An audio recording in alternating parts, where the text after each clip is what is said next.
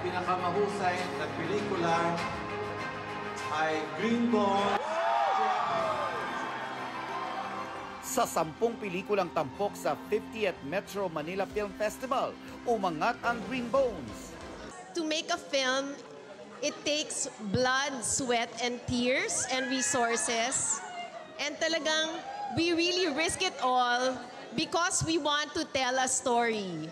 And I hope that people listen to all these wonderful, outstanding stories. Back-to-back win ito para sa GMA Pictures, lalo't Best Picture noong 2023 ang kanilang entry na Firefly. This is historic for us. This is a very big thing for GMA Pictures. It was really our aim to bring back the glory of the film. At ang pinakamahusay na aktor,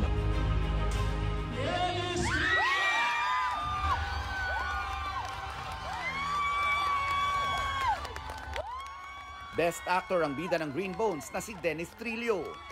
Napaka-special ng gabi na to para sa proyekto namin.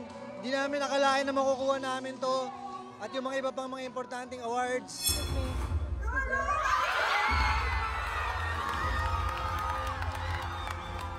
Best Supporting Actor naman, si Ruru Madrid para din sa kanyang pagganap sa Green Bones. Buong buhay ko, lagi po underdog. Lagi akong talo, na-underestimate. Kaya pala siya nangyayari sa akin para pag dumating yung araw na ibibigay na sa akin yung kapalit nun, katulad po nito, hindi ko po iti-take for granted lahat ng yun.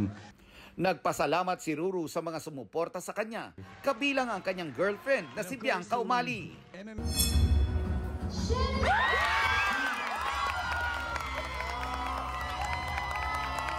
Best Child Performer naman, si Shena Stevens.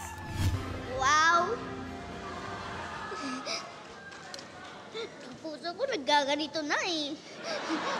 Pero masaya po yung puso ko. Una po, thank you kay Papa God. I love you. At thank you sa tiwala niyo sa akin. Sa Green Bones din iginawad ang Best Cinematography para kay Neil Daza at Best Screenplay naman para kina National Artist Ricky Lee at Anja Atienza. Pinatunayan natin na kaya natin gumawa ng iba-ibang klase, lalo na pag tinangkilik nila at pinanood nila at nakita nila na lahat ng 10 yun ay worth na panuorin. Sila hindi ng pinakapanalo. Wagi namang Best Actress si Judy Ann Santos at Best Supporting Actress si Kaki Teodoro.